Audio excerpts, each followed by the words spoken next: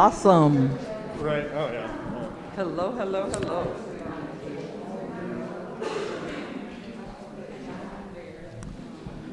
Thank you. I just love it. Thank you. Come on down. We're all in a conversation together, really, aren't we? This is what we're getting ready to do. So it's just my pleasure. I am Emilie Smith. I am a professor in human development and family science. I have the honor of being the College of Social Science Distinguished Senior Scholar, but most importantly, in this moment, I am the director of the MSU Youth Equity Project. If you allow me to be a little less formal, it's a group we formed during the pandemic of interdisciplinary scholars in human development, in social work, and criminal justice, all dedicated to advancing equity and justice. And it is my pleasure to work with our faculty and our students who are involved, and thank each and every one of you for being here.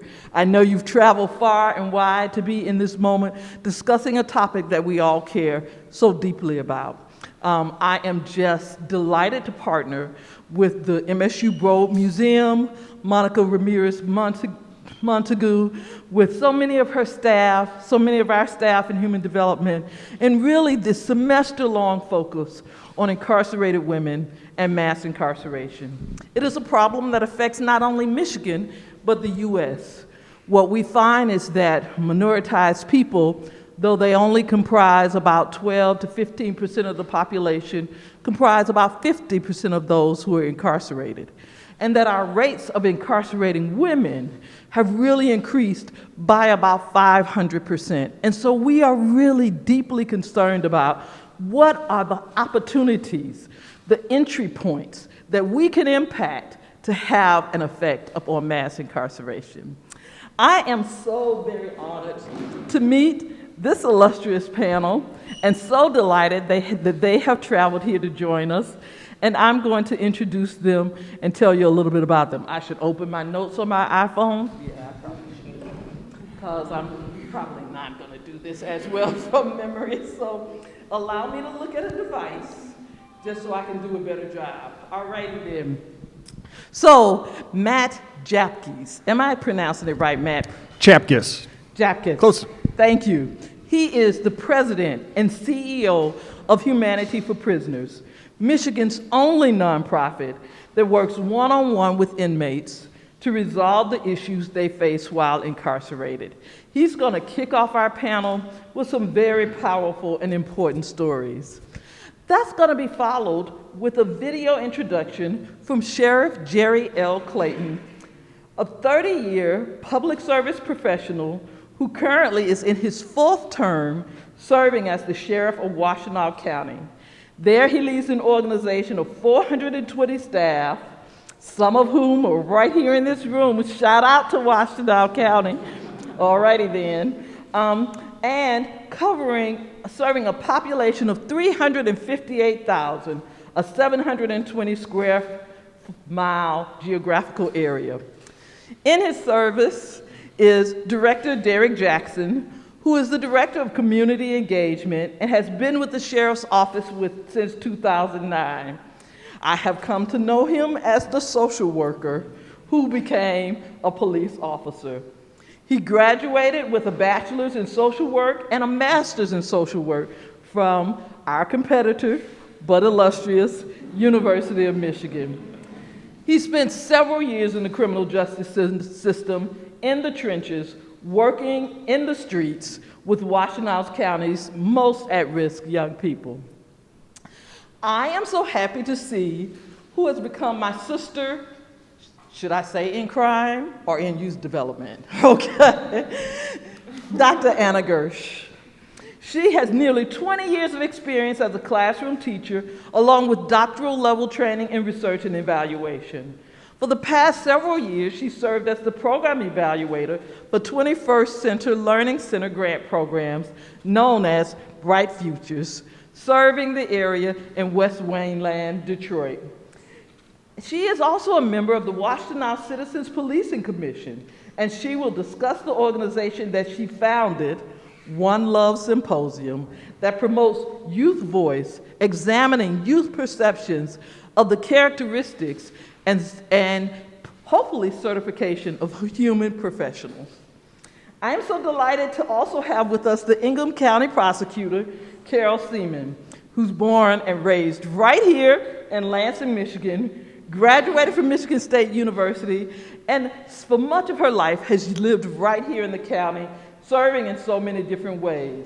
As an assistant Ingham County prosecutor, chief of the juvenile division, and also serving as the first child abuse coordinator for the Prosecuting Attorneys Association of Michigan. She has worked in several areas of government and the legal system, drafting laws, enacting our policies, and influencing the ways that we interact with our citizens. And last, and certainly not least, I am delighted to have Judge Gregory Pittman, the presiding judge of the Family Division of Muskegon County, Michigan. You notice we're representing several different counties here, and I'm really delighted to be doing that. He's also an MSU alum, and his JD was from Indiana University. He hears family cases which involve domestic relations, neglect and abuse, and delinquency. He has served as an appointed member of the Governor's Task Force for Children's Justice, and he is a fellow of the Michigan Bar Association Foundation. Without further ado, it is my pleasure to welcome each and every one of you and these illustrious panelists. Matt, please lead us off. All right. Thank you so much, and thanks everyone for being here. My name is Matt Tjapkes. I am president of a nonprofit organization called Humanity for Prisoners. We are based over in West Michigan in Grand Haven, and we're a nonprofit organization that works one-on-one with prisoners in the Michigan Department of Corrections to assist them with non-legal issues that they face while they're incarcerated. So there could be a lot of different things that could mean to different people. For some people, it means helping them review their medical care because they're worried about the medical care they're receiving. For some, it might be they're approaching their time to see the parole board for the first time and don't know what to expect. And for others, it might just be locating a lost friend or family member, or possibly a picture of your hometown or something like that. There's a lot of different ways that my organization helps out with people in different things, and I'm going to try and kind of illustrate that. And I think everybody kind of picked me to lead things off, unfortunately, is because I'm working in the area that we're trying to avoid more than anything, which is our prison system, which is a broken system right now. So for a moment, you don't have to close your eyes here, but I want to put you all in just a little bit of an uncomfortable situation, if I could. I want you to remember a mistake that you made sometime in life where you had to admit fault to someone, be it to your parents, to a teacher, to something like that. Now let's give that mistake a 6-digit number. Now imagine going into prison, losing your name, and that 6-digit number that numbers that mistake is how you identify yourself. On the back of your shirt, your 6-digit number is there to remind you of what you did. Every time you go to a meal, you don't get to choose what you're eating. This is kind of life in prison. It's a dark place where you're constantly reminded of a mistake that you made, and there's not a lot of hope or light that comes in there. If you want health care, you better hope that you have some financial support. Starting prison jobs are 74 cents a day. A health care copay is $5, which means you have to work over a week just to see a doctor, if you're lucky enough to get a doctor on your medical visit. The staff has challenges too. Our Department of Corrections is incredibly understaffed right now. They are begging for people to come in and help. That affects the current staff that are there. They're often not trained to deal with different circumstances that come across. For example, I'm dealing with a blind woman right now. She is in Women's Huron Valley Prison, and she's been trying to get some specific items. Because she's blind, she gets a typewriter paper because she has a Braille typewriter. And so she tried to ask a staff member last week, hey, can you get me some envelopes? The staff member nodded her head and continued on. This woman's blind. She has no idea what the staff member replied. And so the woman asked again and immediately got her head bit off by the corrections officer. There's a lack of empathy, a lack of understanding, a lack of compassion in our prison system that it's very, very broken. For the last 18 months, a lot of people nobody went without visits for about a 15-month period inside our prison system. The COVID shut everything down. The video visits were not happening. Unfortunately, for a lot of people, that really didn't change anything because about 80% of people in our prison system don't get visits. They don't get that personal interaction with someone who cares, with someone who will look out for their best interest. And that's where HFP, Humanity for Prisoners, kind of tries to step in and just recognize a little bit. This past summer, I made a very slight change in the way I interact with our clients, and I didn't think it was that big of a deal. But I always used to sign off with the word peace at the end of every message that I'd send to our clients, because there is not peace inside prison, and I do wish peace upon them. But I changed the words to "you matter." And every single message that anyone from my office sends now ends with those two words to our clients: you matter. Because every person in prison is given a reminder of the biggest mistake they made in their life. For most, again, the outside world has abandoned them. By the simple actions of sending a photo, trying to locate a friend, providing some information on a favorite TV show, anything like that, we're showing these men and women in our prison system that they are worthy. We understand they are someone's child. They are a human being. If we needed blood and they had blood to donate, we would be taking it. Kindness is in short supply in prison, and we hope to provide to our clients just a little bit of light every day. Just providing these simple services sometimes. I've got a new intern that started this week, and she's like, some of this is so simple. Yeah, it is. It's being a human being. It's recognizing a human face across from you, a human on the other end of the email, or a human on the other end of the phone call. There's a break in the system right now. This is not a justice system. This is not a rehabilitative system. It's a retribution system. We need to get this system changed, and it's going to take everybody on this stage, everybody in this room, and a whole lot more of us to start making this happen. But there's a lot of different ways you can help. Obviously, supporting an organization like Humanity for Prisoners is a great way to start. Watching who you vote for and holding those people accountable, speaking to your representatives, asking your representatives, hey, I know this prisoner, he's waiting for programming that's required by the Parole Board. Here's an example that we encounter a lot. Programming required by the Parole Board for sex offenders. It's called Michigan Sex Offender Programming. Unfortunately, you can't take that programming until you're within a certain amount of days from your earliest release date. The Department of Corrections doesn't have enough people facilitating this class, and so nobody's getting this class on time, and nobody's getting the opportunity to get out of prison at their earliest release date because the Department of Corrections can't provide the programming that they're requiring. It's a frustrating system, and we need to ask people in Lansing, people in the Capitol, why are we allowing this system to continue on? And then listen to everybody else here. Everybody here, we're all shooting, we're all on the same team. We're working in different lanes, but we're all pushing towards the same goal. We've got to make this a better system. We've got to make our system, at all costs, try and avoid the prison for everybody. I would be fine if our prison system went away for the most part. I understand there are still certain cases where we have to take care of things. But the way this system is working right now, these people are so desperate for attention. The fact that our organization simply replies within 72 hours and gets so many thanks back just for replying shows you how much need there is in the system. So that's a little bit about the work of Humanity for Prisoners. Thank you all for listening. Emily, who am I handing off to? We're going to have a video from Sheriff Jerry Clayton. Thank you.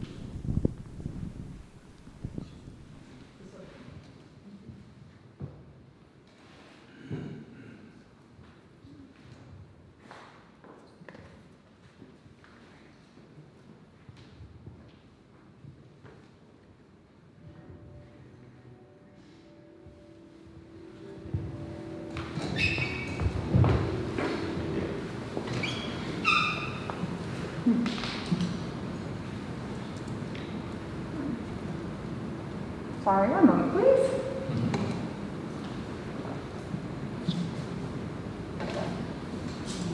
Hello, my name is Jerry Clayton, Muskegon County Sheriff. As our previous speakers noted, mass incarceration has devastated not only the lives of individuals, but the families and communities they come from, which have mostly been poor communities of color. While mass incarceration has had widespread and generational negative impact, we can interrupt and change the trajectory of the lives of individuals and communities. I believe that the criminal legal system, which has played a leading role in improving mass incarceration, should also play a leading role in dismantling mass incarceration and the systemic effects. My leadership of the Sheriff's Office is influenced by many things, but three things in particular. First is my experience as a black man in America for 56 years. Second would be the fact that my wife and I have raised three African American men. And the final thing that really influenced me is 33 years in the profession that has revealed the delivery of 10 and tragic outcomes associated with these services. And I want to do my part to help get this right. I made a commitment when I pursued the office of sheriff 30 years ago, a commitment that I would lead a values-based organization. I would be unafraid to speak truth to power, and I would be an unyielding champion for thoughtful delivery outcome-focused change. During our time in office, we have taken a new cause, timely engagement, and equity-based leadership approach, focused on co-creating public safety, providing quality service, and helping to build strong and sustainable communities. One of the first things that I did was create the position of Director of Community Engagement and hire a master's level individual, master's level social worker to run, Director Derrick Jackson. That position is on par with some of the higher positions in our organization. Derrick also went through police services training and was certified law enforcement officer, and has brought a very unique perspective to the Sheriff's Office. Community engagement is not just a program for us. It's part of our operational philosophy, and it is inroad into the DNA of the Sheriff's Office. It is how we do business. Engaging in partnerships with our community with an emphasis on root causes and equity has resulted in a great many initiatives which have led change in Washtenaw County. We have not just implemented more traditional forms of engagement and service to our community, like Shop with a Cop, Citizens Junior Police Academy, Backpack Supply Giveaway, which are all important. We have, with our community partners, tackled two of our biggest drivers of incarceration, mental health and substance use disorder. We created a diversion council with a focus on deflection and diversion. We have hired the Sheriff's Office employees, normally justice involved individuals. They serve as our outreach workers, and they help us develop relationships with the trusted communities and individuals who have not historically had a reason to trust players within the criminal legal system. The Sheriff's Office has partnered with creating programs that address such root causes as issues as literacy. Through high impact tooling, we've helped create a restorative justice center in one of our majority minority high schools. We work with our Parks and Rec department to have free summer camps in 3 of our underserved neighborhoods, which really offer quality experiences for our young folks, touring and incorporating restorative practices and social emotional learning. We sponsor basketball programs for the youth. We have conversations with community members and young folks with our Just Cause programs. We're really just sit down and talk, get to know each other. We address concerns about gun violence, not just with gun violence and investigations, but through prevention programs by identifying youth most at risk of being involved in gun violence and having outreach programs who have relationships with them, and through money we raise in the community, put things in place to help meet their basic needs, such as simple as having shoes for school. So far now, one of the 25 million that have been identified as high risk is being involved in gun violence. We have helped to support a partnership which offers free expenses to building incarcerated people returning home from prison. We are currently a driver in creating a reentry coalition for the county. We can and will change our communities for the better. Although we can't can't undo the damage done by mass incarceration. We can help end it, and we can help empower those impacted by mass incarceration to recover and live fruitful lives. But it requires a commitment, deliberate, and long-term investment of time and resources. And finally, as part of our commitment to continue to evolve as an organization, we implemented our 21st Century Compliance Commission based on the task force and report created by President Obama's task force. It really is an opportunity for a diverse group of community members to provide front-end accountability and help guide us to ensure that we're providing the best service possible to all members of our community. We're in the process of finalizing the program that as community members as part of our interview team for our candidates for new hire in the Sheriff's Office. And there have been more things. I apologize if this seems like a long list of initiatives, but in actuality, it really is just a small snapshot, a reflection of what the Sheriff's Office does to serve our communities and communities. Unfortunately, I had a commitment to not be part of this excellent program. However, I leave you in the capable hands of Director Derrick Jackson. Thank you for inviting me, and I am honored to have been able to participate and address this group today.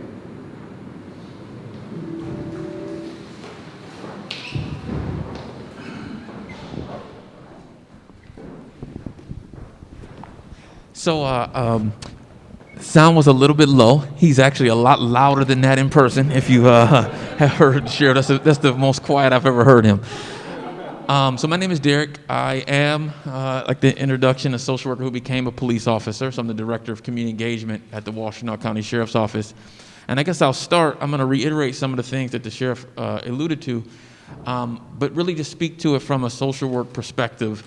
And I get to live in that intersection between criminal justice and social work. So that's where I spend most of my time. And a lot of times people will ask the questions like, aren't those on opposite ends of the spectrum? And we make these assumptions that social work and criminal justice are. But I give tons of examples of how when I was working in the field as a young social worker, whether it was working with homeless teenagers in Washtenaw County, it wasn't uncommon for police officers to be that first connection to our shelter, to find that runaway homeless or homeless child and bring them to the shelter. Or even at our shelter for battered women, Safe House. It isn't uncommon that a police officer is like the first connection to Safe House. Or often I say like the homeless man in downtown Ann Arbor that we get called about. And it's the middle of winter and it's freezing outside. It isn't uncommon for that officer to be the first connection to the shelter. So where although we historically know the ills that have been caused because of using policing as the tool, policing does have a role to play in social society, right? In connecting people to services, if we use it the right way. And so Sheriff Clayton talked about, yes, there has been some of the horrible things that have been perpetuated, but if we do this right, and in his words, we have an obligation within the system to do this right, to make some of those changes, we can have some pretty powerful, influential changes. So part of my job is to work within the system, to help be the architect, to deconstruct and reconstruct some of those things that have been, in some cases, intentionally designed to do just what Matt was talking about. So I just want to share a few of those. I can't help but start with the outreach team because some of them are in the room, one of my favorite things to talk about. But our outreach worker program, and I just want to paint a picture for you, as Matt did. Think of a sheriff's office who arrests someone who at one time was pretty infamous in our community as one of the kind of head gang members in our county. And we sent him to prison, to San Quentin prison is where he spent most of his time. He gets out of prison. He goes to a township board meeting. He makes a public apology. Someone hears him make the apology and says, Derrick, you got to meet this guy. It was just pretty profound in what he did. We connect, and he becomes our first outreach worker. We literally hire him at the sheriff's office. The same individual that we sent to prison now worked at the sheriff's office. He became our first outreach worker. And I often say it wasn't hiring him just because it felt good, and it wasn't hiring him to be an informant. That's not what he was doing. He was an expert on community. He was an expert on the lifestyle that he had lived, right? Living in the gang life, living on the streets. And so what we did, if you really want to create public safety and use policing different, you got to be able to relate to the people that you supposedly are going to be servicing. So now years later, 10 years later, we have a full team of individuals. And I can honestly say that in Washtenaw County, of all the departments in the county, we hire more people with a lived experience, criminal history, felonies on their record than any other department in Washtenaw County government. And in fact, it's us who are using the outreach workers as examples to really push to say, it isn't just a feel-good program. People have expertise. We were talking up before this at lunch around one of the biggest issues right now is gun violence and street-level gun violence with young people.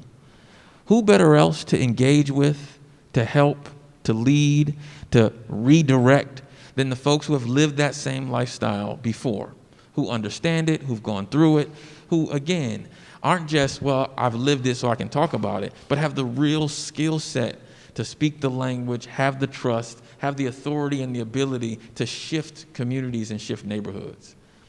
And so for us, I think that's just one example of when we talk about a system, and I often say this, policing is a noble profession that we know as a tool has been used to perpetuate racist policies and agendas. Historically in the United States, you can see that. That does not mean that policing always has to be that way. And so when we think about it from our perspective, it literally is about, yes, there are certain people we need to arrest. There are certain crimes that are committed in a community. But then there's also around, how do we make sure that we are creating public safety in communities? So one other example I will give you is someone gets arrested, they wind up in our jail. Roughly 85% of the people in our jail are from a neighborhood in Washtenaw County. The average length of stay in our jail is only 13 days, so almost everybody is getting right back out within a week to 2 weeks' time, although some stay a little bit longer. So what does that tell you about our jail? The people who we are housing in our jail are our neighbors, the people who work at the mall, who service at restaurants, who work in our libraries. Like, they're the folks from our community, and they are going to be getting back out.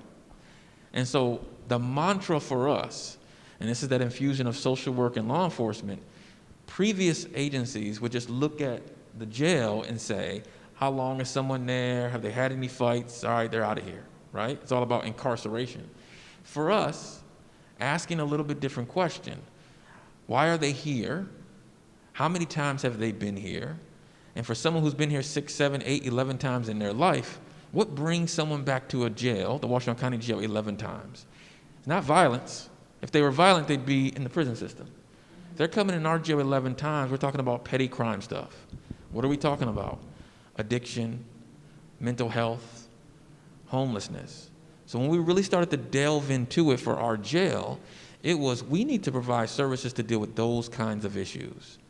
We need to rethink what our corrections officers, what skill set they have when we hire them. So yes, we need people to be safe in the jail. But if you treat people with dignity and respect, if you physically design a jail that isn't just a holding facility, but it's a jail that actually helps people feel different about when they come in. I'll give you a real life example. Our old jail in the booking area was this small area, much smaller than this room. It was really, really busy. Richard up here worked in our jail for a long time. He can tell you the stories afterwards. But it was busy. It was hectic. It was chaotic. It was small. It was dark. It was dingy. You've never been in jail before. You walk in there your first time. Our human adaptive behavior, you're going to adapt to that environment, right? You're in a chaotic situation, you're going to adapt to that. We put you in like an animal, you may start to behave like an animal. What if we switch that? What if we bring you in just like it was a hospital lobby? No glass, no big walls keeping you from the COs, because you know how to behave. Even if it's just this one time you might have had that mistake, doesn't mean that for most of your life you don't know how to behave in civic society. So just that switch from a CO that is about housing you to a CO that is about what is the need that you have and how might I fulfill that need. And you can imagine, that requires a different kind of person you're hiring from the beginning. So I could go on and on. I'll stop there because I think that I would love to have questions at some point and give my other panelists time. But just to paint a picture that yes, things are dire, but but they don't have to remain that way. They are literally tangible things we can do to make some pretty positive change. Thank you, Director Jackson. And now we're going to move to Anna Gersh, who serves on the Policing Commission and is also the founder of One Love Symposium for Youth Voice.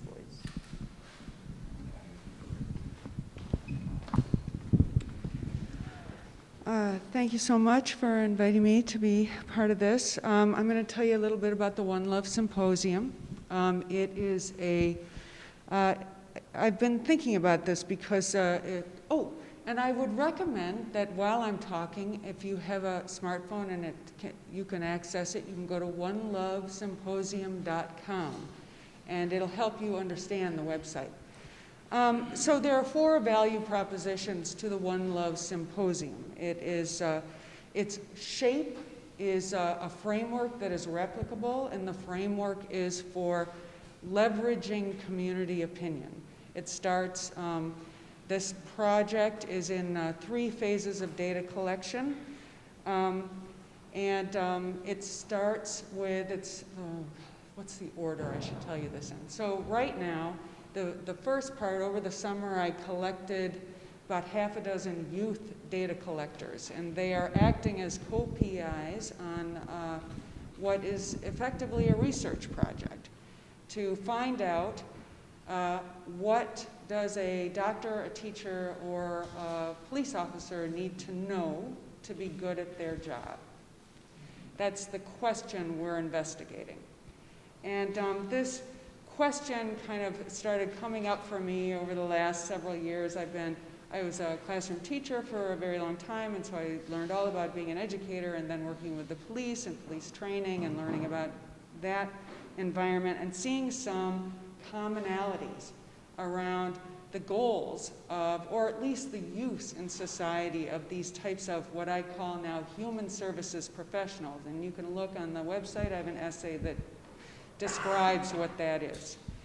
So this project, the One Love Symposium, is 3 phases of data collection to get us to creating a community-sourced body of scholarship that can be distilled ultimately into a 30-hour certification. That's sort of my estimate at this point. And it's all about the point of service moment. That what these jobs all have in common, and I'll tell you my definition. The human services professional is the result of a fully implemented set of professional standards for workers whose labor entails high impact decision making and wide discretion in the interpretation of human intention, behavior, and circumstances. And I loved my colleagues on both sides of me reference exactly one of the reasons why this is a worthwhile pursuit. Matt talks about, you know, if these corrections officers had a little more empathy, a little bit more kindness. There's an aspect of this. My belief is that the philosophical underpinning of the human services professional ought to be universal human truths. And so there are features of this data collection that are bring in other members of the community. So the youth and I are co-creating a survey around this general question. Well, it's created. In fact, I have the QR code on my phone, and anybody who wants to take the survey, we'd love to collect your data today. Let me try and take care of a few things while I'm out here today. So they are now being deployed into their communities of choice to find out. I'm functioning as a content expert, and I've given them some general categories, which I have learned from my research, and they have filled in the answer items for this very short survey, which is all around these 3 general categories. I probably ought to not get too into the weeds for this. Let me know if you want to take a survey. Anyway, so that data that we're collecting is going to be fed into a conversation happening on September 28th at the Ann Arbor District Library with training professionals. So kid-generated collected data being fed into training professionals, so people that really have the expertise are taking the thoughts of these kids and their communities and using them for their conversation to articulate, so we're refining, to articulate the key competencies and professional dispositions of the human services professional. We have Dr. Wendy Burke, who's the chair of Teacher Ed at Eastern. We have Brandon Tucker, who is the director of the Police Academy at WCC. And we have Rebecca Guzman, who's a founding member of MSHWA, the Michigan Community Health Workers Alliance. So that data from the kids goes into that conversation with the training professionals, and ultimately all of it is collected and culminates at the One Love Symposium, which will be February 2022 in various locations. Check out the website when you're, if you're interested. We hope to see you.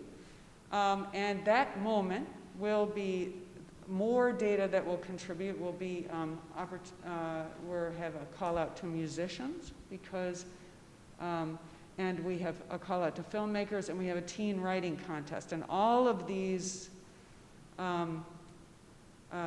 contributions, we're asking people to weigh in on universal human values, like empathy and kindness, which we're pretty confident that if there were a 30-hour certification that examined that point of service moment and put a real sort of meaningful academic deep dive on that point of service moment, you know, not unlike, you know, it's the natural trajectory of these jobs, which are all trained in their own expertise, but that's a gap in the literature.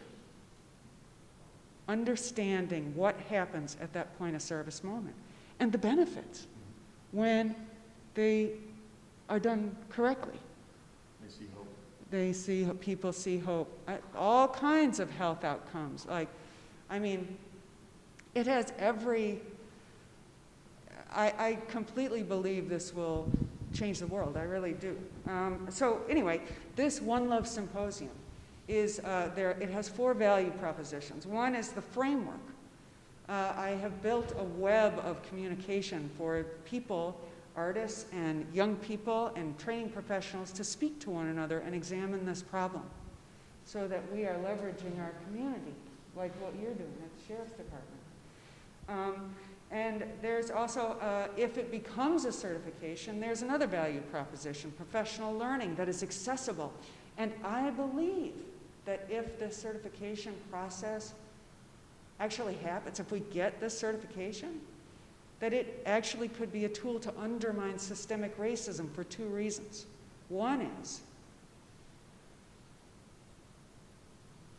if you have a conference, so my goal is to get the state of Michigan to sponsor a conference. That's the ultimate goal after the One Love Symposium. I want the state to sponsor a conference for the human services professional and invite everybody. But if you have a certification like that, that is equally applicable, because they use the human service, they use the point of service moment, equally applicable to the elder care worker as it is to the person that designs the human interface algorithms on the, you know, all of the things, right, that we have to deal with, you know, on the phone, you know, that the tenets of the human services professional could be infused into that learning. Then you're theoretically, hopefully, ideally, creating an environment where there is a common language across professional boundaries, traditional professional boundaries, that are also correlated with race and class boundaries. How am I doing? Should I stop now? All right, lots to tell you, so definitely let's talk more. So I've been a lawyer for about 40 years, and I've been mostly a prosecutor or affiliated with issues involved prosecution. So I'm an adrenaline junkie. I want to know, how does this work in real life? So one of the things I want to do is frame it, because I think many of you know, but perhaps not everyone, that mass incarceration, as it looks in the United States, is really unique in the world. So with a world population representing about 5% of the world's population, the United States incarcerates 25% of the world's population of incarcerated people. Think about that for a moment. It also happens to represent a lot of our other disparities that we find. And it's closely correlated with racial injustice, poverty, bad outcomes for children. So, but we have a culture that is intrinsically punitive. And I think it's really important when we talk to really look at it that way. I began in prosecution in 1983. I worked for 2 prosecutors before I left in 1995. It didn't take long. I live here in Ingham County, which is overall about 11% black. The city of Lansing, about 22% black. But in the courtrooms, whether it was a child protective proceeding, a juvenile justice proceeding, a misdemeanor, traffic offense, or a felony hearing, disproportionately, everyone in the courtroom was black. Perhaps, there were also Latinx and others represented, but it was very clear that something was going on when I was in my 20s as a young prosecutor. So fast forward, I left prosecution to start working. I worked in all 3 branches of state government, legislature, the Supreme Court, and Department of Health and Human Services, and the Office of Children's Ombudsman, always trying to look at how are we addressing these issues more effectively, because something's really wrong. I'm in my 2nd term now as the elected prosecutor, and one of the things I came back with in 2017 was the idea that I wanted to address racial disparities, and I wanted to have the data to do that. Well, in 2016, you couldn't get it, right? And if you don't really know what the actual issue is with data, it's all anecdotal. And the anecdote is very powerful, but it doesn't give you everything you need. So right from the get-go, looking at national trends, it was easy to see there were some things that I could do as the prosecutor to change things right up front. So for example, I looked at policies that would reduce how often we added a habitual supplementation to someone's charge. So if someone has a felony conviction, we can actually augment their sentence exposure by charging habitual supplementation.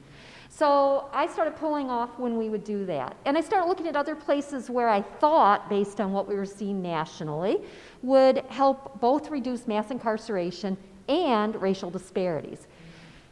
Then I was able, very fortunately, after much lobbying, to get the very Institute of Justice to work with us. And beginning about February 2020, they began working with us on getting the data actually out of our system through the Prosecuting Attorneys Association, and then being able to start doing analysis for us. We knew it would be grim, and indeed, as we're getting it, it is very grim.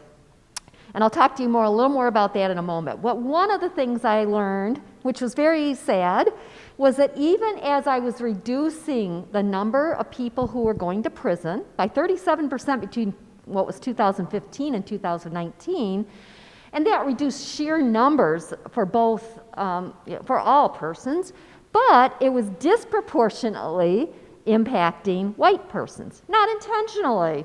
That was really discouraging. So I think it was a combination, like 27% to 22%. So it was disproportionately, even though the actual numbers of people going to prison reduced. Similarly, some of the other things that we were trying to do were still maintaining the racial disproportionality. So the VERA Institute, we originally were working on a project called Reshaping Prosecution, and then we were asked to join a brand new one called Motion for Justice, which really is focusing on the racial disparities, acknowledging that reducing mass incarceration in and of itself does not reduce racial disparities. So it's been very exciting. It's especially been exciting because as of this morning, apparently 23 of the elected officials leading councils and village townships have asked me to reconsider a recent policy, and basically rebuking me for my felony firearm policy. I enacted 2 policies recently. One is traffic stops, saying that for non-public safety traffic stops, that is tinted windows, dangling ornaments, broken taillights, and all those non-public safety traffic stops that disproportionately have led to arrests, injuries, deaths, and more, right? Really tragic outcomes. We're not going to do them anymore. That was received with great acclaim by most of our law enforcement. only followed by my policy, which Michigan has a law called felony firearm, and it's an add-on, sort of like the habitual, meaning if you commit certain felonies, not CCW, but other ones like armed robbery, or even a felony where a gun's not used and isn't even involved in the activity, but you have a gun, you can be charged with a mandatory 2 years in prison that you must serve, if convicted, in addition to any other sentence, and the judge has no authority to give probation. And Safe and Just Michigan, a Michigan organization, has done research and released a report in October that showed that statewide, 80% of the people who are serving a felony firearm sentence in prison are black. Golly gee whiz, right? A problem. And out of my county, similar demographics. And so what I said is that we can charge underlying offenses. Am I running out of time? Okay, real quick. There's so much to say. Underlying offenses. Like if you're doing something that's hurting somebody, we'll charge you with that crime. But we need to pull off the crimes that are linked specifically to the racial disproportionality in prison. And there's so much more to say, but I guess it's time for Judge Pittman to talk. We can come back to any and all of those, okay? We have time. Thank you so much. Thank you, Emilie, for the invitation. Wow, there's so much. There is so much to this conversation. So let me start here. In 1998, the state of Michigan finally caught up with the rest of the United States and created a dedicated family division of its circuit court. Every other state, I think in the state of Michigan, actually had a dedicated family division. And in 1998, in correspondence to the creation of the family division, we saw the greatest exodus of circuit judges from the service of the state as judges. They quit. They quit, and they quit in big numbers because they had received the assignment to be family division judges, and their response was, I am not a social worker. Wow. All right? That was the overwhelming consensus of those who just decided to quit. I think that's good. My point here is that if you really look at it at its essence, the criminal system is social work. It is social work. And the idea that this dichotomy between being a judge and being a social worker is another one of those falsehoods that has been created and perpetrated over time to allow for the disconnect and the dissonance that we continue to see that Matt laid out so perfectly for us at the beginning of all of this. We are social workers. We have to be social workers. We have to be concerned about the human condition from the bench.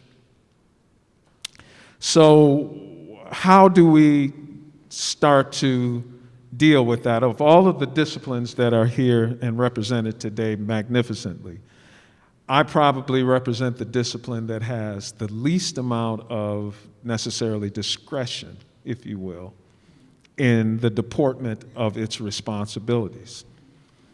When Carol gets somebody convicted in her rightful responsibility as prosecutor, I can't look at Carol and say, I'm not sending them to prison. I'm not doing this, I'm not doing that, because there are certain guidelines that I'm required to follow, sentencing guidelines. what the statutory requirements are of the crime that they've been charged with in the first place. And here's the difficult one. What is the expectation of my community as to when someone runs afoul of the law and we elected you to be the person who brings the judgment regarding that wrongful act? So I don't want to go over my time, but let me offer in this situation some thoughts that I think are profound, but they're simple, but they're profound, and it's going to take a different mindset from a whole lot of places, and especially from where I sit at this bench. First of all, in the idea of mass incarceration, we have to rethink the idea of how we deal with pre-trial incarceration. We've got to look at how we deal with people getting released on bond before they have to come back to court. We can shape it or say it any way we want to, but that person is incarcerated. It's not necessarily included in all of the statistics on incarceration, but they're incarcerated until they can get a date in court, enter a plea, or find a way to find the money to be able to post bail. We need to look at sentencing guidelines. And here's why I say that. Sentencing guidelines were created years ago in the effort to try to normalize and kind of standardize how one judge to the next judge to the next judge would deal with the same circumstance when it came before them for purposes of sentencing. Judges were all over the place. You could come into one judge's court on a drunk driving case and you could walk right out that day. You could come into another judge's court on that same case, same circumstances, and they're going to lay you down for the next 3-4 years. All over the place. So sentencing guidelines call for there to be certain aspects of the crime and certain aspects that are looked at about the defendant in order to create this system of looking at that and getting back the feedback from that guideline process so that judges then have a range within which they should sentence. Sounds like it makes sense, right? Here's where I see the problem. The problem is that when those guidelines were created, who was in the room to help create those guidelines?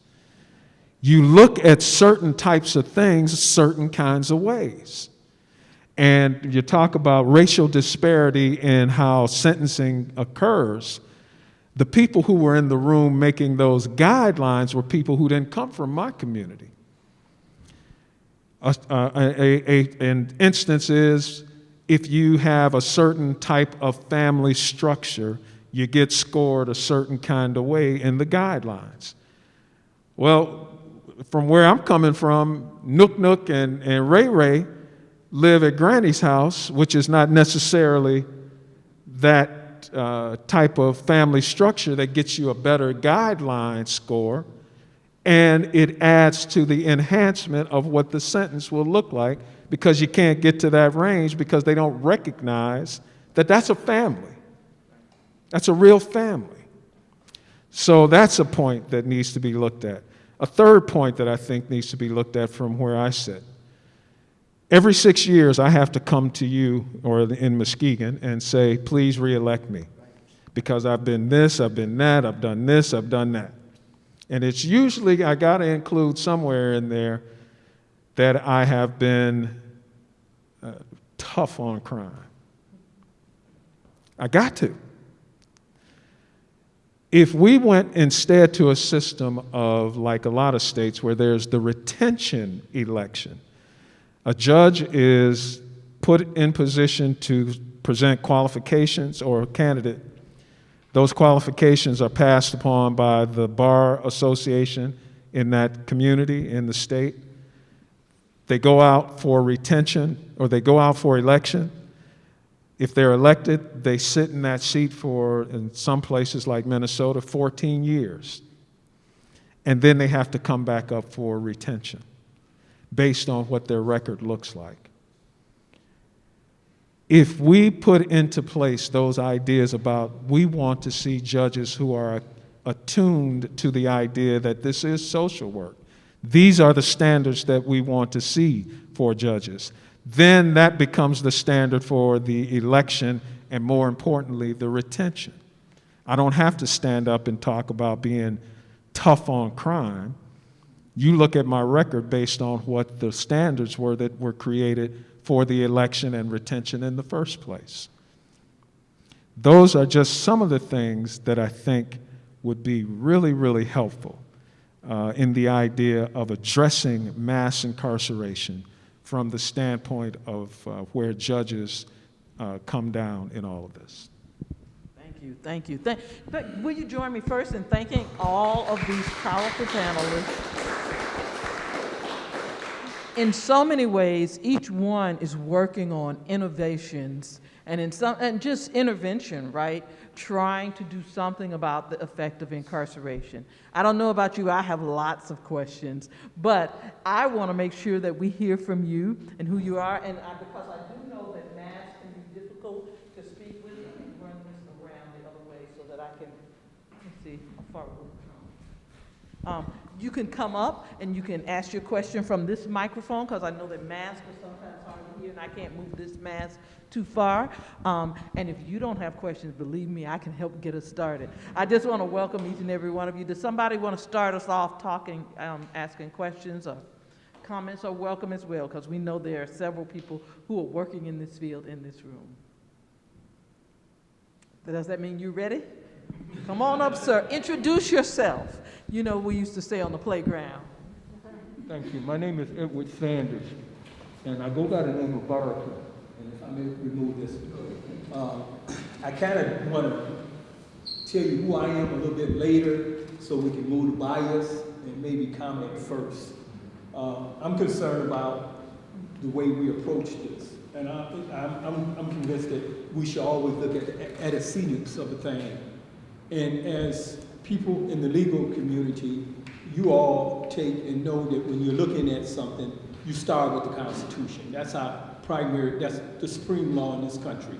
We don't look at case law, we don't look at statute, we look at the Constitution because all that comes later, okay? Within the 13th Amendment is a language that occurred before the Civil War. The top part of that language in the 13th Amendment came before the war.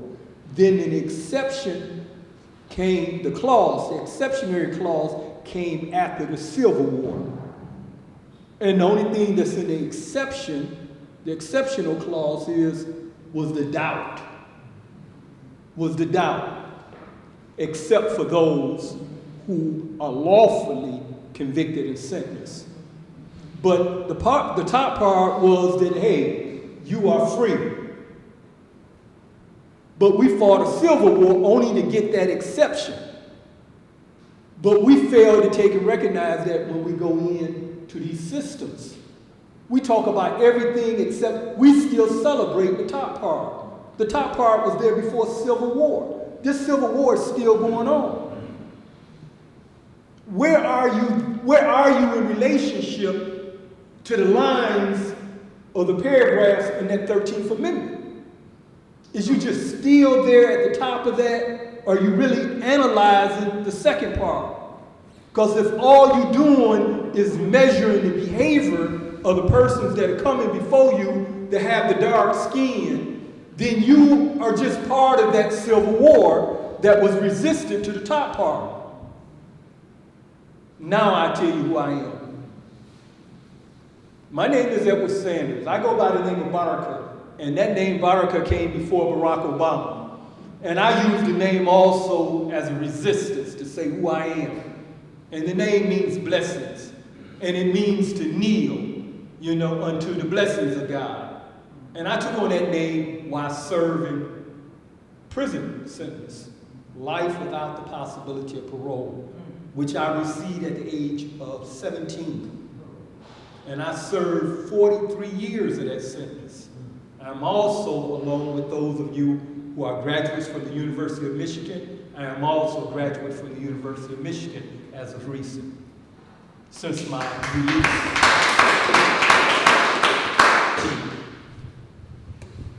from the School of Social Work. Okay, and I am working with Victoria's office and Elliot. This is who I work with in the Conviction, Integrity, and Expungement Unit. Okay, and I feel very at home. I did the same thing in prison that I'm doing in the office. I just didn't have that kind of resource. Okay, so I'm doing the same thing. But that's what I wanted to take and point out about that language. And we need to take and start examining that language and stop pretending and just celebrate the top part of that. When we look at the Constitution, we always look at the background. That's the only constitutional amendment that addressed the black people. The 14th Amendment is the federal government asserting itself with the states and saying that our citizens will be treated as U.S. citizens no matter where their residence at. The 13th Amendment is the only constitutional amendment that directly addressed black people. And the effects of it is our mass incarceration. We now have more people incarcerated than we had on plantations. And it's because of the language and the mentality that is still there. Even though it's just like we may start this conversation off in this room at 1 o'clock. And by 1:30, people who have came in are not aware of what happened at the top. And that's how we are acting with the 13th Amendment. We are still in a civil war. And it's evident in the police stations, it's evident in the courthouse, it's evident in the state legislative branches of government, etc. We have legislators that are literally taken and as engineers. They are legislating racial policies. And we are all taking and acting upon it. I used to be proud even to take and have black judges, black police officers who arrest me, who sent me to prison. I was proud to see them in that space. Despite that, because it represented the possibility of a promise to come. It represented that. So it didn't matter to me that you was a police or that you was a sheriff because you had black skin. I thought you would take and reconstruct or deconstruct, reconstruct, and construct. But I found that the only thing was going on was I got a job. So, Don't go anywhere though. Emily, can I put a plug in because it ties into what you, thank you so much for your perspective. Because I think what we've learned is, I learned only in the last few years, you've known longer, is that even though technically slavery was eliminated, that the criminal legal system that was placed in effect basically created the exception except for, right, that's what you're referring to, and it created a situation where there was a lot of incentive to have a workforce by creating lots of low-level offenses that would that basically would bring black persons into the legal system to be free labor. I want to put a plug in for, there's a wonderful film that some of you may have seen called Racially Charged. It deals with the misdemeanor process in the United States. About 80% of the people charged with criminal offenses are misdemeanors, not felonies. Victoria Burton Harris, who's the Chief Assistant Prosecutor in Washtenaw, her boss, Ellie, is one of the panelists, and is MI. Monday night at 7 p.m. It's going to be available by Zoom, and actually, if you Google Brave New Films or Racially Charged, the 35-minute documentary is available. You can watch it free right now. It's fabulous, it's chilling, it's triggering for those of you who have been through the system. It talks about the history. And it says our criminal legal system is not broken. It's operating the way it was designed to operate. And for those of us who really do want to change the system and create justice, we're kind of starting from scratch. So I encourage those of you who can to watch the panel on Monday night, but you can watch the film at any time, and it really gives, and especially encourage people who need to see it who don't already understand this issue, because that's one of the problems, is getting people to understand the issue who don't know what's happening.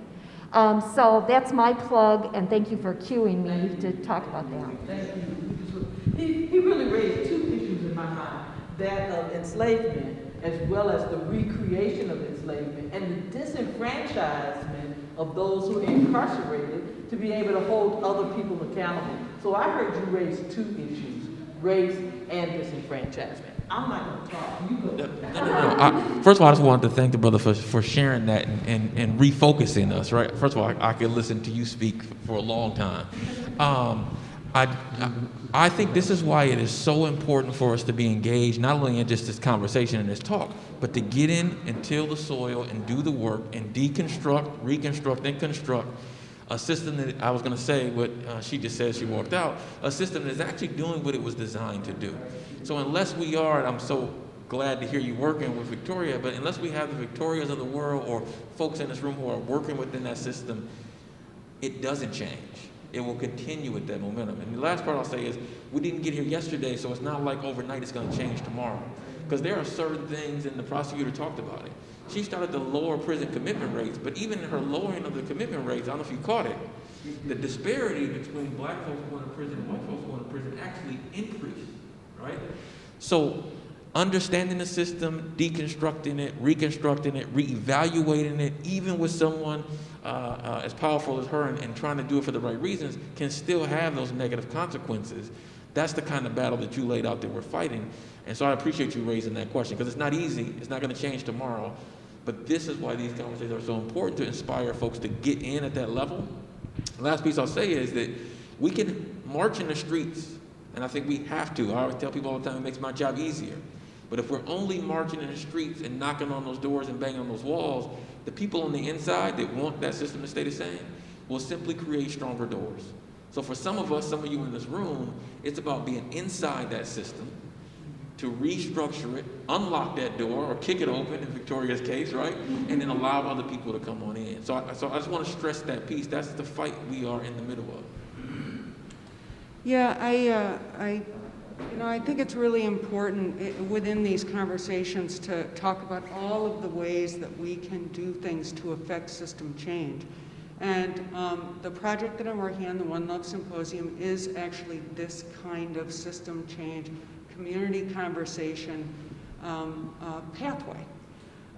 You can use the voting system to elect the people that you want. You can go to colleges and have, this, as many people as are in the room today, this is a little bit of an exclusive conversation. We've, tried to expand it, but the truth is, the way to bring the most amount of people into meaningful conversations is to hold public opportunities for meaningful consideration of complex problems, and to invite people at all levels of society to participate and to create incentives for them to participate. The thing that is unique and important and valuable as a framework about the One Love Symposium is that it has multiple ways of collecting data that are pleasurable and reward people for participation. And I think this is a really important thing.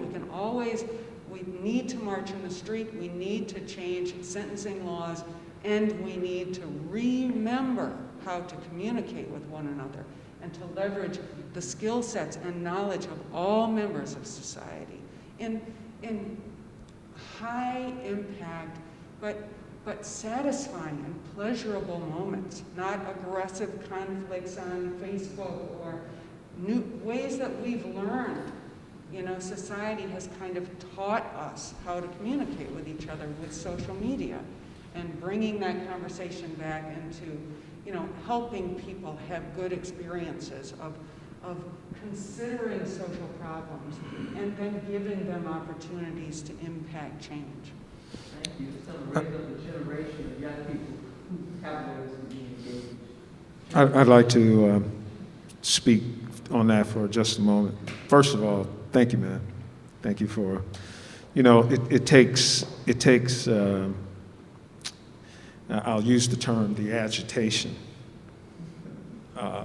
in order to get, when you put those clothes in the washing machine, you got to have the agitator in order for them to start to become clean. I appreciate that. What I talked about in the few minutes that I had, I gave you 3 concrete recommendations today to begin to change how things look for cats that are inside that Matt is talking about right now. We'll give you a 4th one. In the juvenile system, young people who are considered juvenile delinquents are required to come back before the court on a regular basis for review hearings to take a look at what is happening with the programming that is put in place in order to address the issues that have been kind of looked at as part of the reason why they are in the situation that they're in.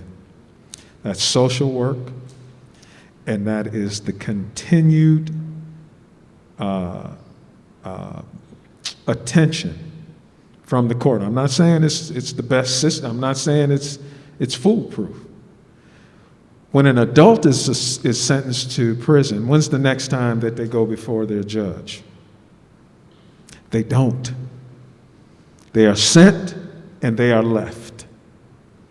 Ostensibly, they're left to a Department of Corrections that is going to kind of carry out supposedly some level of rehabilitative and restorative kinds of programming. We know that that's basically a fallacy.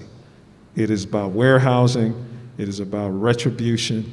It's about keep them away from everybody else for as long as that sentence says so. Wouldn't it be a great thing to have regular, in some intervals, examinations of what's happening with that prisoner as an adult, to see what programming is going on and what needs to go on in order to help prepare them. As was said, they're coming back. They're coming home. Are we helping them to prepare to come home? Is anybody paying attention to that for real? And as the judge, when I get a juvenile in front of me, I get to ask them questions about what you're doing. I ask the parents, what are you doing with them? How's it going? Who do I need to now order them not to have contact with? What's the curfew? How's the grade point average? All of those kinds of things to look at least the advancement towards what we would hope would be the socially acceptable behavior of that teenager. We don't do anything except give that sentence, send that man or woman to prison, and we don't think about them again until it's time for the parole board. And the parole board is going to do what should have been done over and over and over. Look at who they are, look at what they needed, look at how they responded to what they received to get what they needed, and is it worthy for them to be released? I'm not saying any of it's a great system. I'm saying that the deconstruct and then the reconstruct, as you so eloquently put it, is a long haul. What does that do for Ray Ray in this next 2-3 years? Nothing. Not saying that's not the work that needs to be done. I am saying that there are things that you can go back to your legislators now and say, this is what I want to see happen now. Change this system now. Look at your sentencing guidelines now. Look at the bail system now. Look at how you review what's happening with prisoners in prison now. Judge Pittman has given us action steps, and I hope you've been hearing the action steps, the calls for action that I've been hearing throughout this panel. My question is, I just want each of them to give us action steps. Who knows, I may keep going, because I want to hear, what do you want? You have given us several, but I've got them in my head. Think about sentencing. I heard you and Carol both say, think about election and retention. Carol has taken a beating for some of the policies she's implemented in Ingham County. If you don't vote, it would be a shame, She takes that beating because we don't set the standard for who our prosecutor should be. The standard that's set is, I want the meanest joker I can find to do as much as they can possibly do, to as many of them as they possibly can. that's the guy I want to be prosecuted. Well, we got a room full of people in here who don't agree with that. We want a prosecutor who appreciates and understands that these are our neighbors, they run afoul of the law, and they're coming back home. How do we help make sure that they're good when they come live next door to me? That's a concern. I don't want you in my house uninvited. I want to help you not do that. Prison so far is one of those places where that system or that process is refined. Oh, you got caught because you did this. Look, man, this is how you do it. We need to change that, and we change that by changing the standard. So Carol is not the outlier. She is what is expected. You are what is expected, family court judge. And Matt has talked to us so much about humanizing, right? So I want them to, you've all been giving us action steps. Give us more. Calls to action is what I call them. I'll jump right in and play off what the judge said related to elections and hiring. Any chief police officer or sheriffs are elected, chiefs of police are appointed by boards and city councils, you should be paying attention to. And there are many of them now. So the prosecutor said it was the sheriff in her county that really galvanized people to be against her.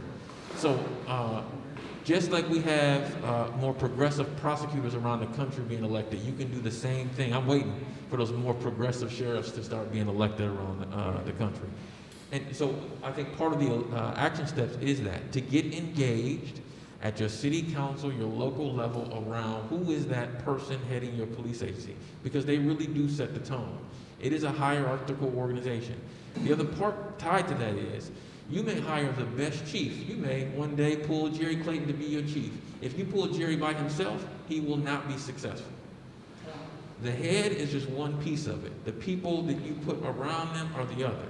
And so thinking about a city police chief who is the lone ranger in that police agency to change the culture that we're talking about, they are going to fail. Even someone as powerful and as successful as Jerry could not do it by himself. And so when you start to get into your local agencies around policing and you want to see these things change and happen, really understanding the current construct of policing. Again, the judge said it, I've said it. You may think about social work and these values on the opposite ends of a judge or the opposite ends of police, but they really aren't. We've allowed people to define it in that way. And for you to get involved and redefine it, I think is one clear, actionable step.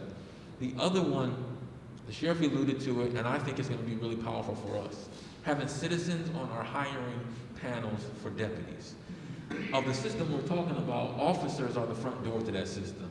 I talked about it from a positive front door to behavioral health services, but we also are the front door to eventually getting to the judge, right, or to the prosecutor. And so who you hire and put on the street, having you sit on that panel in Washtenaw County to be able to look every potential candidate for a deputy in the eye and be a part of the voice that says yay or nay, that to me is a very critical step. Police gains its legitimacy and its power and authority from the community. The law dictates how we do it. You won't give us that authority and that legitimacy. So having individuals from the community sit on those panels, it's happening around the country. We've trained folks, it's getting ready to happen in Washtenaw. To me, that's another tangible step.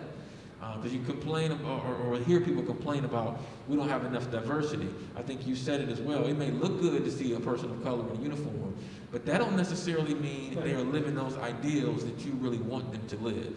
So having the right person and you being a voice to help hire that person is hugely important. Third and final one that I'll say along that line of hiring, I grew up in a community, my dad taught me, when you see the police, get out of there, like a fire drill, right? For two reasons. One, police are there, they're there for no good, or they're there because something no good has happened. So I grew up in a community where I never, ever wanted to be the police. And what I've been doing is trying to shift that narrative. Because if we want the police to understand our community, some of us from that community need to be a part of that police force. So I'll leave it at that. I would pick up on that, and we're all citizens. We all have an opportunity to have meaningful conversations about these ideas. It is, I'll say it again, it's more than voting, and it's more than, it's all of these things. all of these opportunities to engage in dialogue and have thoughtful, nuanced conversation about these problems is how you wind up in making the right choices, choosing to be on the committee, getting other people to galvanize and create change. And you can do it all the way through society. So my action step is, it's host a conversation. Have a party where you talk about a real problem and have meaningful dialogue. You can do it in a framework, a structured way, the way that I've got, hundreds of people are involved in this project that I'm doing. And they're all contributing data. I say this air quotes, but it's meaningful. People's thoughts about how the world is right now and how it could be different, getting people together and having those real conversations outside of social media where people have the opportunity to look at each other and have real back and forth and make arguments that are complicated and nuanced, and bringing up other people into that way of dialogue is a real action step, and people can do it all the time right now. And it's a human skill. Learn how to talk. It's a human skill. That's right. Thank you. All right, so we've talked a little bit about the importance of the elected officials and choosing who you vote for, but I want you all to know that you have a phone, you have an email. Don't just vote for them and then check on them again 3-4 years later. Check in with your elected officials. You're their constituent. You are the person that they are supposed to be representing, and if they don't know your beliefs, they don't know. They're not going to hear anything. So pay attention not only to when you elect them, but pay attention to how they're reacting to different things. If you see something going on in the news, if there's a prison riot or something like that, encourage your reps to check into it, to look into that situation, because there's a lot of times where things are just going on and there's so much going on in the state level of government. Corrections is an easy one not to pay attention to, because those guys, they just make assumptions about the men and women that are in our prison system. So also, not just the elected officials, but there's probably going to be, in next year's election, an opportunity to reinstate good time, which is a reward system. Right now, in our prison system, you get punished by the longer end of your sentence if you don't behave well.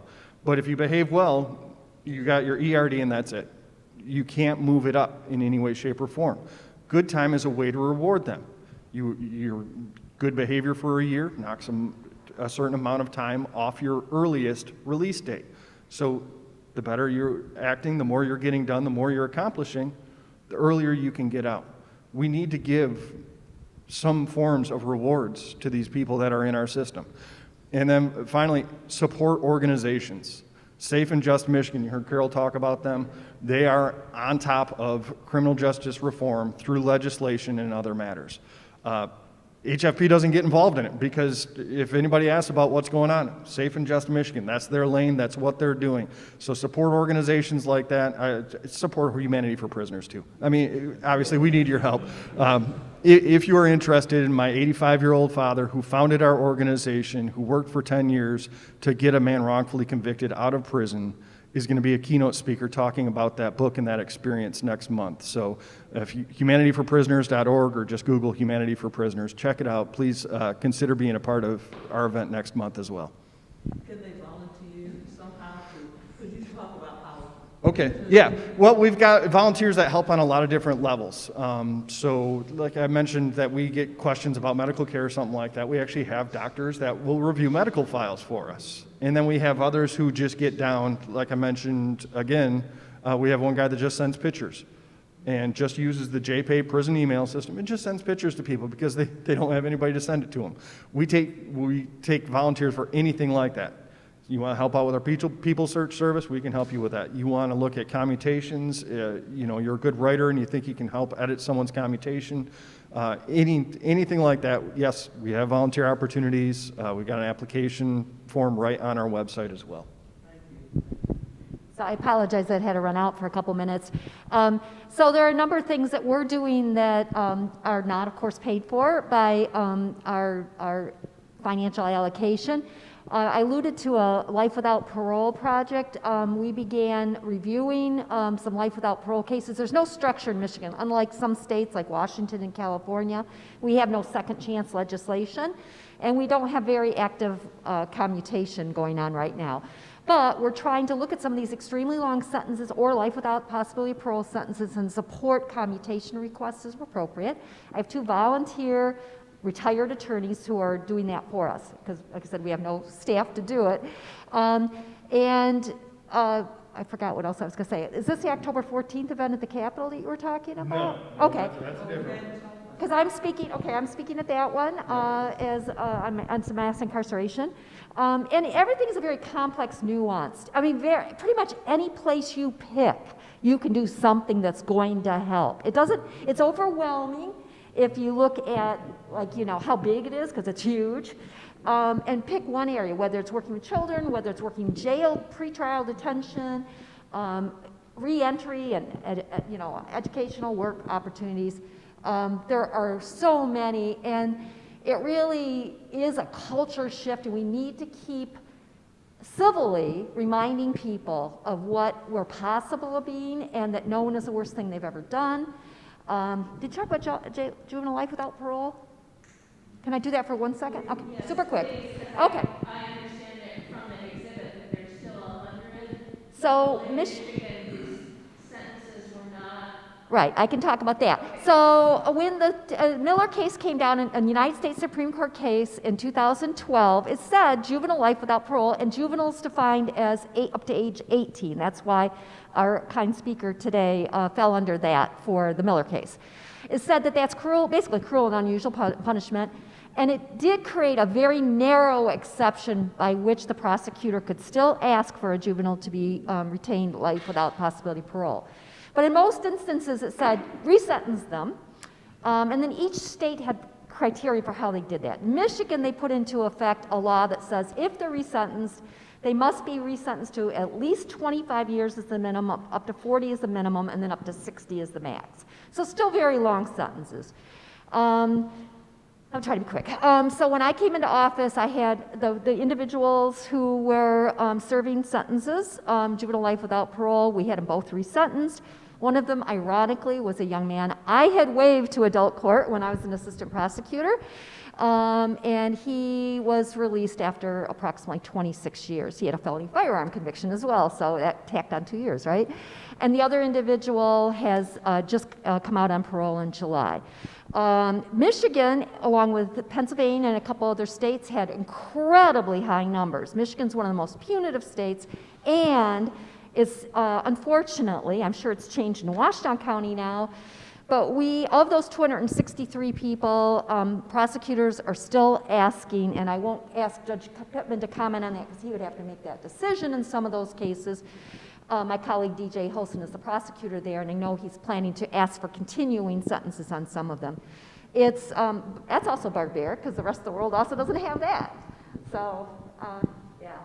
So in Ingham County, we have no individuals serving juvenile life without parole. They were resentenced in 2017 when I took office. Washtenaw County has 0. But there's still 100 people in the state of Michigan. There are a lot of pending cases, and in some of those, now Oakland County, I'm sorry. Sure. I'm passionate about this topic. Oakland County, where a new prosecutor was also just elected. Judge Karen McDonald was the new prosecutor. And Oakland County is our second largest county in the state. And the prior prosecutor, I'll just say, was pretty darn punitive. And so I'm assuming that they're taking a very close look at those cases. I don't know exactly what they're doing, but that could peel off a large number of additional cases, I think. So let me piggyback a little bit off of the emphasis that you placed on the juvenile aspect. One of the things that, one of the decent things that I think was done during the administration of Governor Snyder was that he convened all 83 counties to establish a working group to address the issue of school to prison pipeline. That was, I can't remember what year it was. It's a few years ago. This was before the Flint thing, so.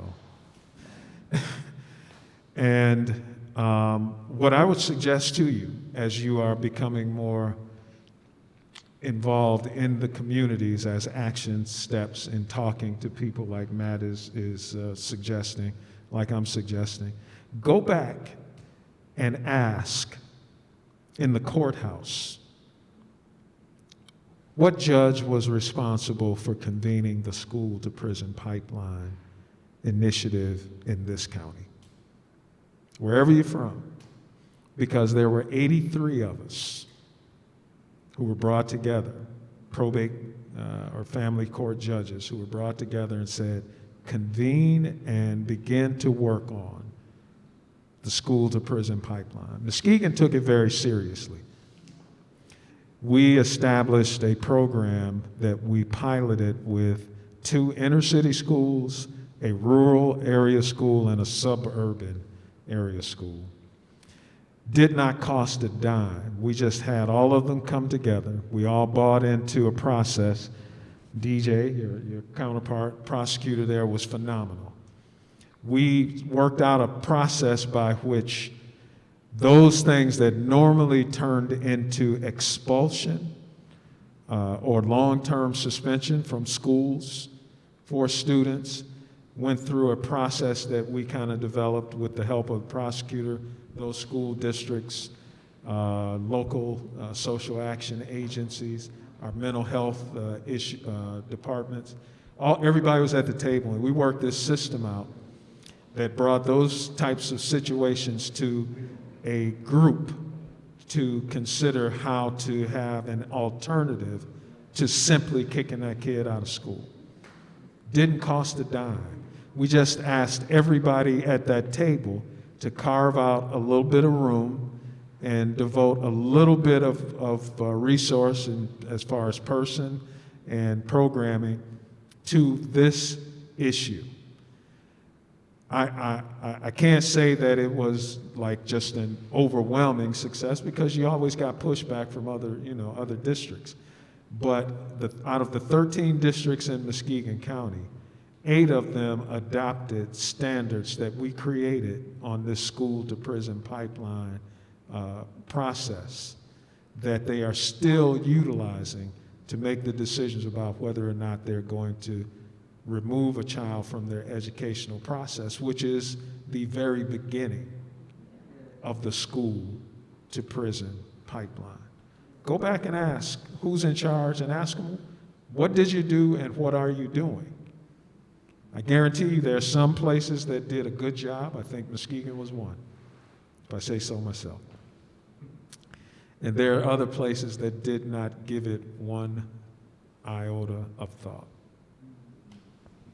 So I know we have a question. I should have started with this one intentional thing you can do, because to me it's the most important. If you go back to wherever you live, work, or play, and you start to investigate what is their stance and policies in relation to hiring people who have history, criminal history on their records. And I know, look, I love to tout it because I think it's important that we hire folks at the sheriff's office, but nobody explains it better than the folks who have lived it. I learn every single day from the people that I get to work with who understand what needs to be done and to really change the system. So I think that's an important thing that any of us can do. I've asked a question in our county, why can't our county HR department hire folks? And the only reason we can is because our sheriff just says, don't listen to them, just hire, right? And that's the truth. But why can't our county hire? And here's why I also think it's important. It's important because when other people who may have thought just because that person had this felony on their record weren't going to be successful, once they get in and people can see they're successful, that changes the perspective for all future people coming in behind them. So I think it's something that any one of us, no matter where you live, work, or play, can actually advocate for, think about, and can do in your own environments. There was a question here. Can I actually add something to please, come on. Introduce yourself. Okay, I will. Burton here as the Chief Assistant Prosecutor in Washtenaw County, and I get the privilege to work with this distinguished gentleman and our county sheriff. I think that in addition to going back to your communities and asking those questions of who folks in positions of power are hiring, you can also get to know those very people. That creates a capacity for empathy. That expands your capacity for empathy if you already have it.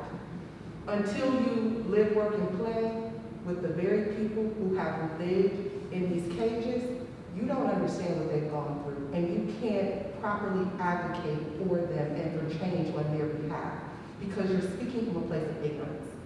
Until you walk a day in their shoes, or at the very least, touch their hand and hug their neck, you cannot begin to understand. And if you don't understand, it's a lot harder for you to have empathy.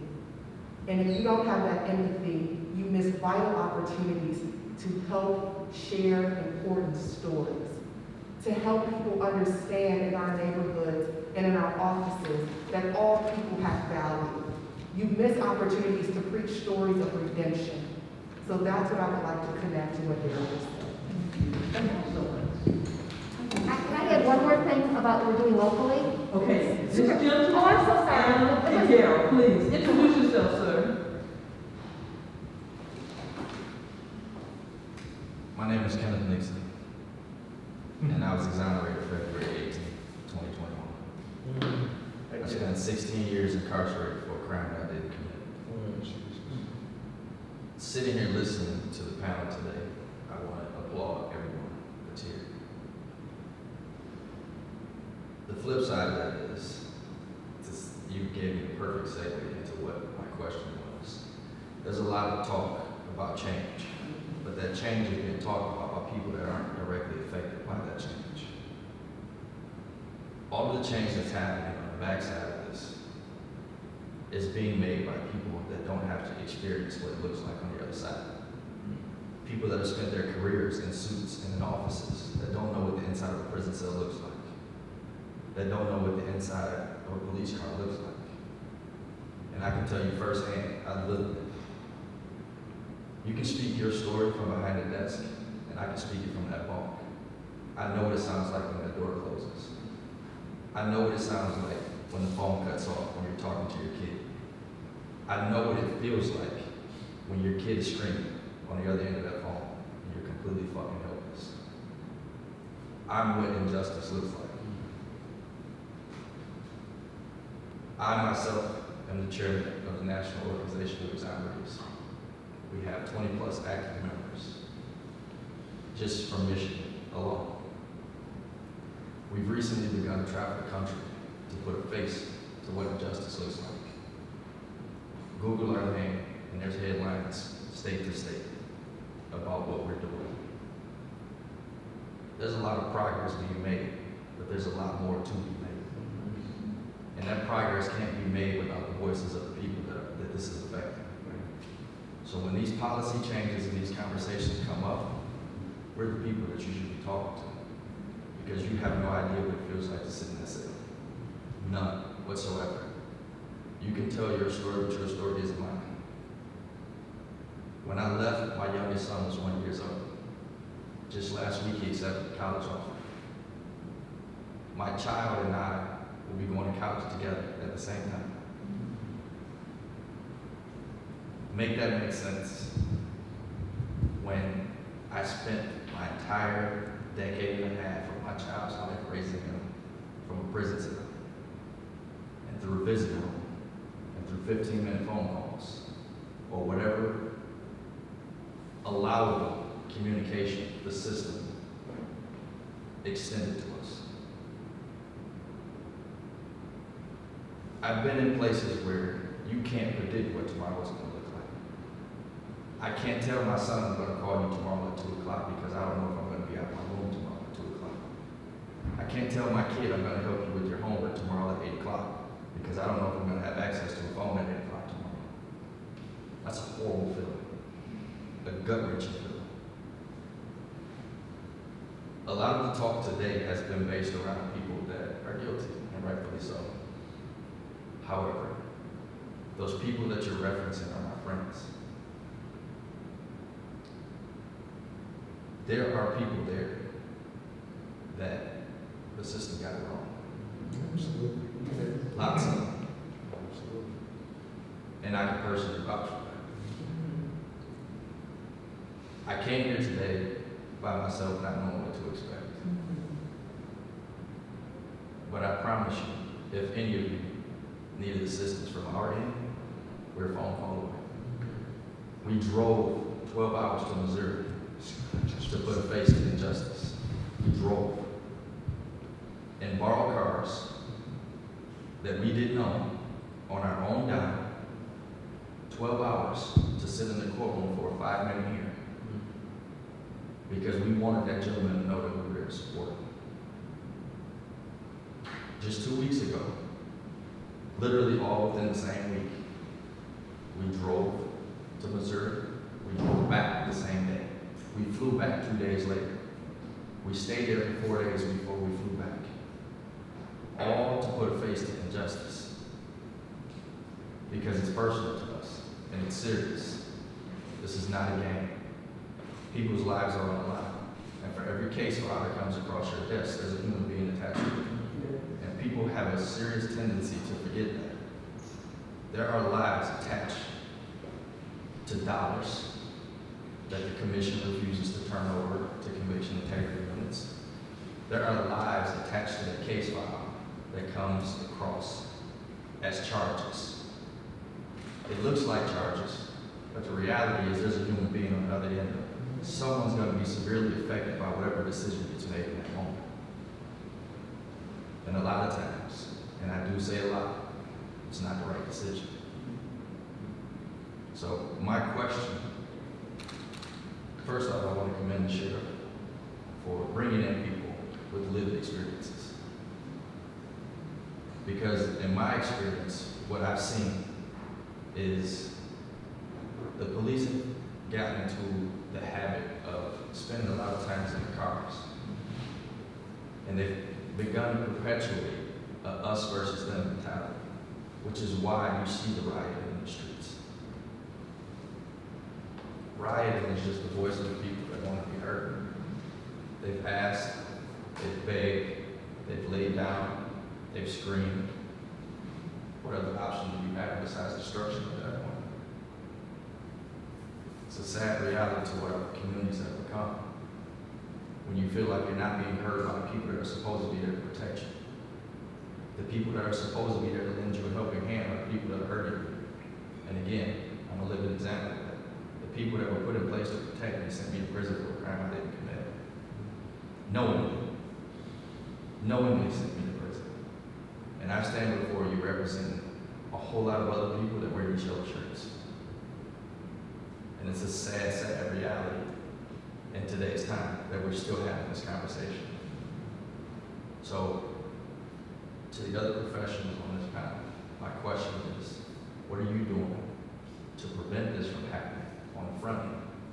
Because I don't want to be having this conversation 15 years later with the next guy that lost a decade and a half of his life because somebody got it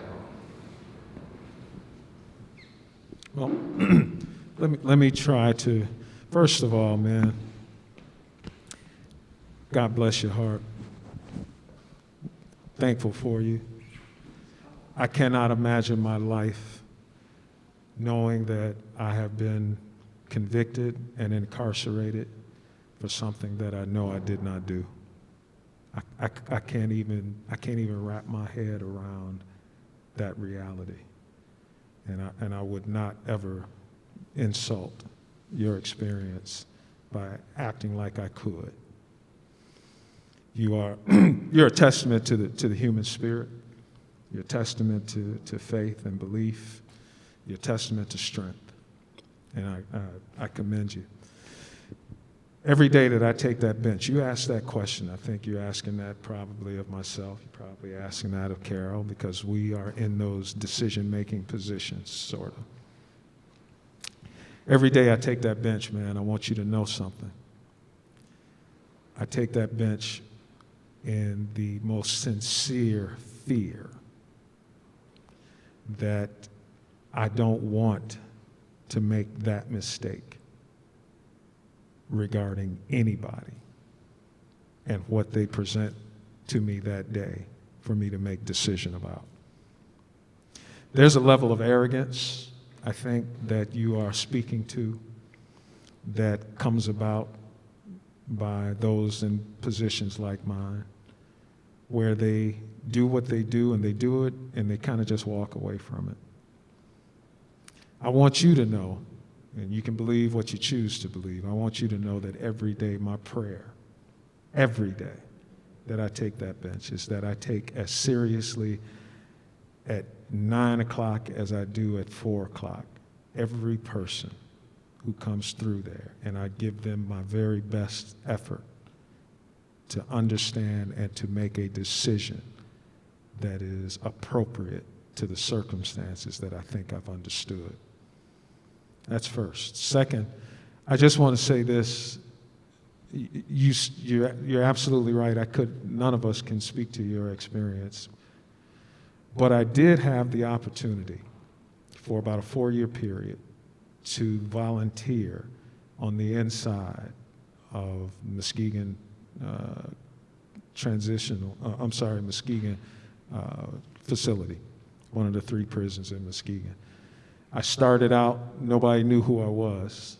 I just was doing a 10-week life skills kind of a program with the inmates as part of their release, the release that Matt's talking about. Didn't take long for the word to get around that, hey man, it's a judge that come up in here and talk. And for the next 3 and however many months, 3 years and months after that, every guy who was getting ready to get out signed up for my session. There was a backlog. And the only thing that we put in place was, let's not talk about your conviction, your crime. Don't ask me about that. We won't speak on that. But I'll be as honest with you as I possibly can. And I'm telling you, I learned so much more and became such, I think, a better judge for that experience than you could possibly imagine. And if I could, I would recommend it to every one of my colleagues. Spend a few days inside just listening to these men and women to appreciate that they're still men and women, and that there's so much humanity that we don't get to appreciate when it's just a file and it's a call the case and finish it up and move on. So I just want you to know that, man. That's what I do. Thank you, and please make sure we have your name before you go, because I've heard about what you're doing, and I really want to be able to follow it more.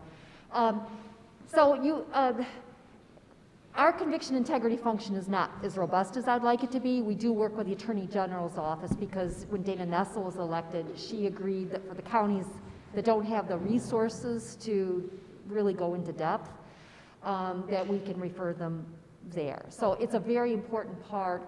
And one of the things that I really appreciate is that I don't have the lived experience, but I can, leverage is the wrong word, but the lived experience of others. The nothing about us without us idea is critical. And it segues into what I wanted to mention, and that is I'm a big fan of violence interruption programs, and as we've been in such a huge rise of gun violence in my community as well as many others, we did just finally, we're going to have a contract to work with Advanced Peace, which is led by individuals who are peace fellows, who have been in the system and have lived the experience of carrying a gun, being shot, being in jail or prison, and therefore are credible messengers to go back to the community and work with individuals. It's a huge need. It's a part of the whole array of options we have to offer to really address. But the primary focus is what I think everyone's talked about, and that is we're connecting people with resources that they maybe didn't have as children, with whether it's therapy, whether it's helping them get out of the community, jobs, et cetera. The organization that was chosen is called The Village, and an individual who has lived experiences, and the individuals who will be the Peace Fellows are individuals who have been in the system in one way or another. It's critical. It's nothing that I, as an old white woman, can tell people, especially as a prosecutor, but we can support it. And coincidentally, Devon Bogan is the person who started Advanced Peace in Richmond, California. He graduated from Eastern High School, my alma mater, although a decade after me. And he is, and his brother was actually murdered shortly after he began the Advanced Peace program in Richmond, and sadly, in February 2020, that brother's son, who was 19, was murdered in Lansing again. So he still believes that this is the way we need to go to deal with gun violence, and I support that wholeheartedly. And it's and that kind of credibility that has brought people who actually have seen what really happens is critical.